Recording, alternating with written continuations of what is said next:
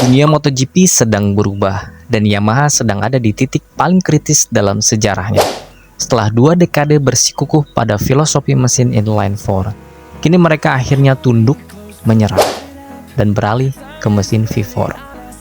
Tapi langkah revolusioner ini bukan tanpa risiko, karena ada satu nama, satu ikon Yamaha yang mungkin jadi korban terbesar dari revolusi ini.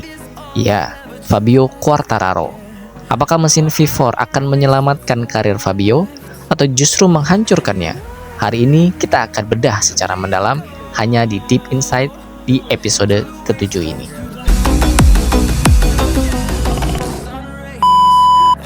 Segmen 1. Fabio dan mesin inline 4. Kisah cinta yang sempurna.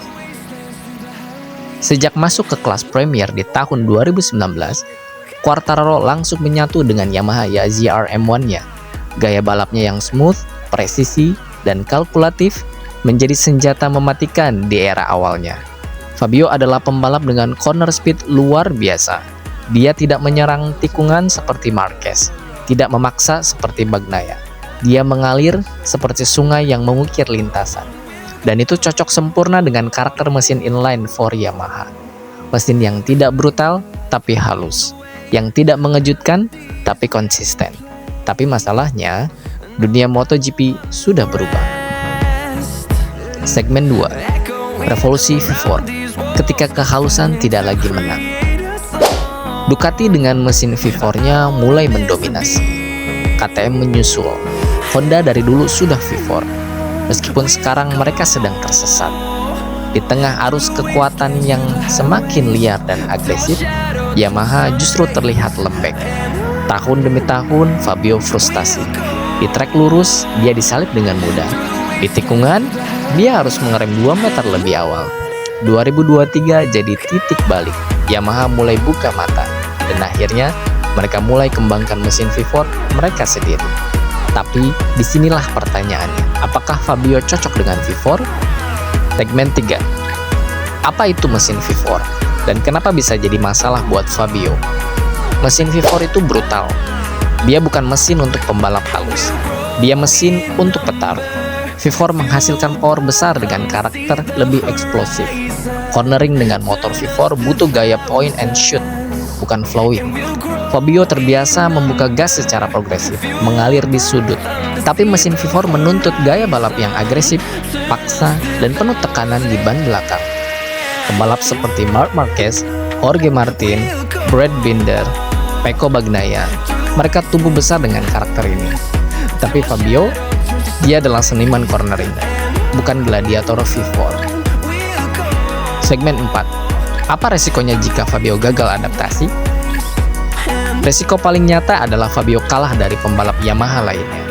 Bayangkan jika Toprak atau Alex Rins yang lebih agresif justru lebih cepat dengan mesin V4. Maka Fabio akan terlihat seperti legenda tua yang tak relevan. Dan lebih buruknya, jika Fabio tak bisa adaptasi dan hasilnya makin buruk, Yamaha bisa saja kehilangan dia. Atau Fabio akan terpaksa pindah ke pabrikan yang lebih inline friendly. Kalaupun itu masih ada, karena saat ini nyatanya di grid sudah tidak ada lagi yang memakai inline. Dalam dunia MotoGP modern, pembalap tidak punya waktu untuk menunggu. Mereka dituntut adaptif, cepat, dan tanpa drama. Segmen 5. Bisa nggak sebenarnya Fabio berubah? Seorang pembalap bisa berubah, tapi pertanyaannya, mau atau tidak? Fabio masih muda, usianya 25 tahun. Secara teori, dia masih punya cukup waktu untuk belajar dan menyesuaikan.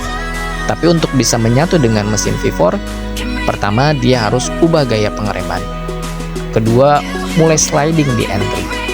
Ketiga, gunakan lebih banyak tekanan ban belakang.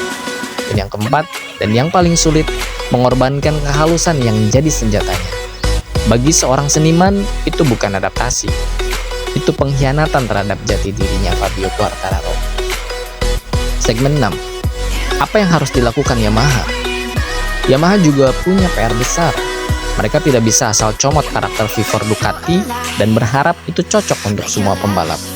Solusinya adalah bikin V4 yang bisa dijinakkan. Ducati punya versi lembut dari GP24 di motor Martin pada saat tahun lalu. Dan di motor Bagnaia pun GP24 sangat smooth. Dan kali ini digunakan oleh Alex Marquez di GP24 di Gresini Racing. Yamaha bisa melakukan pendekatan serupa. Pertama, gunakan teknologi elektronik yang progresif. Meski saat ini kenyataannya menggunakan elektronik asal Eropa. Yang kedua, mapping tenaga yang smooth. Yang ketiga, setup sasis hybrid, tetap stabil di cornering. Kalau Yamaha mau menjaga Fabio, mereka harus bikin mesin V4 yang bisa dijinakan tanpa kehilangan tarik. Ending V4 titik balik atau titik akhir karir Fabio. Inilah titik balik karir Fabio Quartararo. Mesin V4 Yamaha bisa jadi penyelamat atau jadi racun. Dan ini juga jadi pertaruhan besar Yamaha. Apakah mereka ingin juara dunia dengan filosofi baru atau kehilangan pembalap terbaik mereka hanya karena terlalu lambat untuk berubah?